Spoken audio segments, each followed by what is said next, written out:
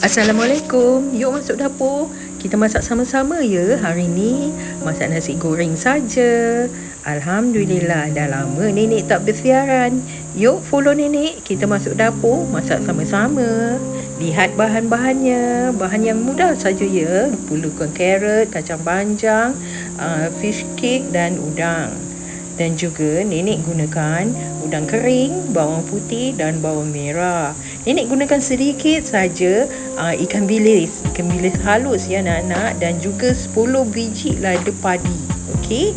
Ini nenek gunakan sos ikan saja ya. Panaskanlah minyak, gunakan api yang sedang ya anak-anak. Dan bahan-bahan tadi dikisar ya anak-anak. Setelah dikisar, masukkanlah ke dalam kuali dan tumis sehingga ia betul-betul garing ya. Garing macam gini ya, betul-betul garing dan menguning ya. Barulah boleh masuk bahan yang lain, okey.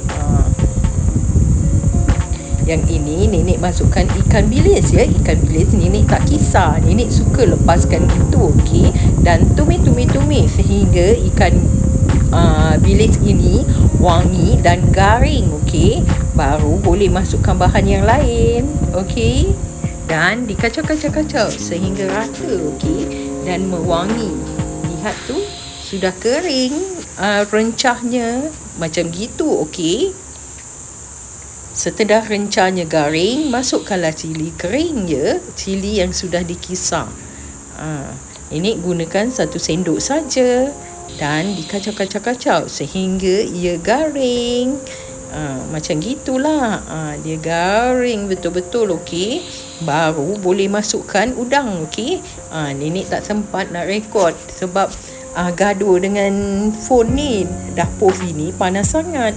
Jadi kerja larikan tripod saja. Jadi terlepas masukkan udang dan fish cake, okey. Dan ditumis sehingga udang tu betul-betul masak ya anak-anak. Bulat macam gitu, okey. Udangnya membulat dan tukar warna, okey. Macam gitu. Kan bulat gitu ya dan tukar warna. Betul-betul masak, okey. Selepas tu bolehlah masukkan sayuran ya. Nenek gunakan kacang panjang dan juga carrot. Dan dikacau-kacau sehingga rata. Sudah boleh masukkan nasi. Nasi ni harus nasi sejuk ya anak-anak. Barulah cantik sedikit nasi goreng tu berderai, okey. Dan dikacau-kacau sehingga rata. Nenek belum masukkan garam ya anak-anak. Sebut perasa pun nenek tak masukkan ya. Setelah bahan-bahan ni betul-betul rata, barulah masukkan sos ikan.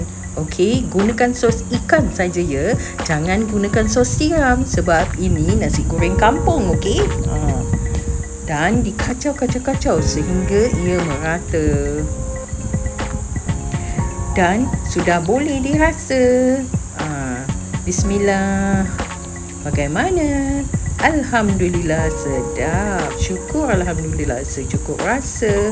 Dan bolehlah dikosongkan di tengah tu ya anak-anak. Dan masukkanlah 2 biji telur, okey. Suka hati anak-anak. Janganlah letak banyak-banyak sangat, nanti basah sangat nasi tu, okey.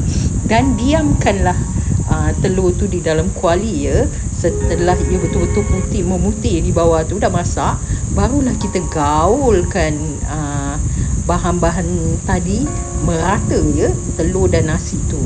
Dan gunakanlah api yang besar, okey. So telur tu akan masak merata, okey. Alhamdulillah, mudah anak-anak masak nasi goreng ni. Kacau, campak, sudah siap. Alhamdulillah. Terima kasih sudi kemari. Salam sayang dan jumpa lagi, okey. Bye-bye.